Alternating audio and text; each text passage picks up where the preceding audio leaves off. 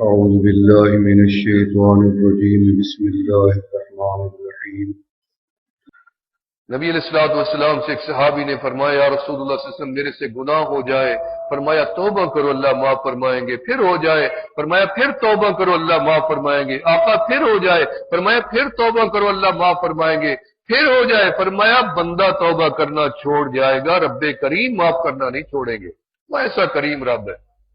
اس ہاتھ سے انسان گندگی غلاظت خود دھوتا ہے، کتنی بار گندا ہوتا ہے، لیکن جب بھی پانی بہا دیتے ہو پاک و صاف ہو جاتا ہے، قابل استعمال ہو جاتا ہے۔ اسی طریقے سے انسان بار بار گناہوں کی وجہ سے گندا پلید نجس قابل نفرت ہوتا ہے، لیکن جب بھی توبہ کرتا ہے پاک و صاف ہو جاتا ہے۔ ہاتھ گندگی کی وجہ سے، استعمال کی وجہ سے گندا ہوا، دھونے سے پاک ہوا، جسم گناہوں کی وجہ سے اور نافرمانیوں کی وجہ سے گندا ہوا، توبہ سے اللہ پاک اس کو پاک فرما دیتے ہیں۔ لہذا توبہ ہو گئی ہے، رب سے صلح ہو گئی ہے، اب وہ تاریک راستہ، گندا راستہ، خطرات والا راستہ، شیطان اور نفس کی اطاعت والا راستہ، گمراہی والا راستہ، اب اس راستے پہ نہیں چلنا، نئی زندگی کا عزم کر کے نکلنا ہے۔ اب تک تو زندگی شیطان کے تابع ہو کر گزاری ہے، اب رحمان کے تابع ہو کے گزاریں گے۔ آج کے بعد ہم مقابلہ کریں گے، نفس کا بھی شیطان کا بھی، مدد ہماری رب کرے گا۔ اس لیے وعدہ کرنا ہے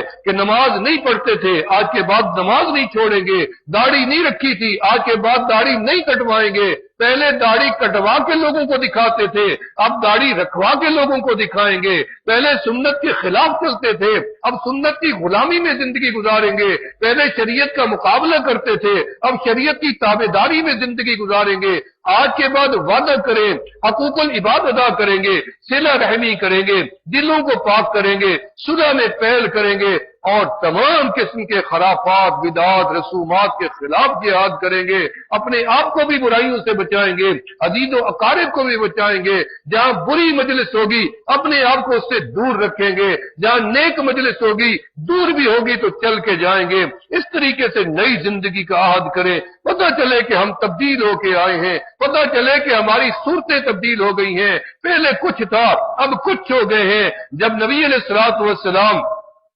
مدینہ مکہ مکرمہ میں اعلان نبوت نہیں ہوا تھا، پہلے وہاں کے عرب کالی کچ میں آتے تھے ہندوستان میں تجارت کے لیے، وہاں شراب کی محفلیں لگتی تھی، لیکن جب صحابہ نبی کے غلام بن کے آئے، ایمان لے کے پھر تجارت کے لیے آئے، تو انہوں نے اپنے ماحول کو سجایا اور بنایا اور ناچ گانے کی محفل بنائی، شراب کباب کی بنائی۔ تو نبی کے غلام جو آج بدل چکے تھے، ان کی شکلیں اور ان کے اندر حیا، ان کے اندر ایمان کی حلاوت، نبی کے چہرے کا دیدار کی وہ رونقیں ان کی آنکھوں سے، ان کے چہروں سے، ان کے لباس وضاقتہ سے نظر آ رہی تھی۔ انہوں نے کہا تمہیں کیا ہو گیا، آج ادھر کیوں نہیں جاتے؟ انہوں نے کہا تب تک جاتے تھے جب تک اللہ کے نبی کی صحبت نہیں ملے تھی، جب صحبت مل گئی ہے آج کے بعد یہ سارا سلسلہ ہم نے منقطع کر دیا ہے۔ تجارت اصولوں کے مطابق کریں گے، تاجر بھی موجود ہے، شریعت کی غلامی، شریعت کی تابعداری،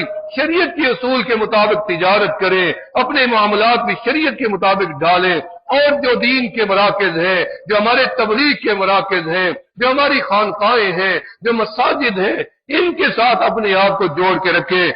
تاکہ آپ کے اوپر اللہ کی رحمت برستی رہے۔ اگر ان سے اپنے آپ کو دور کر دیا تو اللہ کی رحمت سے سمجھے اپنے آپ کو دور کر دیا، کیونکہ رحمت وہاں برستی ہے جہاں اللہ کے نیک بندے رہتے ہیں۔ نل جہاں کھلا ہوا ہو برتن بھی تو وہیں رکھنا پڑتا ہے، برتن ادھر رکھ دیں، نل ادھر کھلا ہوا ہو، کبھی بھی آپ ساری زندگی انتظار کرتے رہیں کہ پانی بھر جائے گا، اس برتن میں کبھی پانی نہیں بھر سکتا، کیونکہ وہ صحیح جگہ پہ نہیں موجود ہے، رکھا ہوا ہے۔ اس لیے اپنے آپ کو صحیح جگہ جو ہے وہاں منسلک کر لیں، جہاں خانقاہیں قریب ہیں وہاں خانقاہوں میں حاضری دیں، جہاں تبلیغ کے مراکز ہیں ان کے ساتھ اپنی نسبتوں کو جوڑیں، اور کسی کو یہ نہ سمجھیں کہ یہ بندہ اپنے آپ کو بڑا سمجھتا ہے، کوئی اپنے آپ کو بڑا نہیں سمجھتا، سب اللہ کے آگے فقیر ہیں۔ لہذا تھوڑی دیر کے لیے ذکر کر لیں، آنکھوں کو بند کر لیں، اس کے بعد انشاءاللہ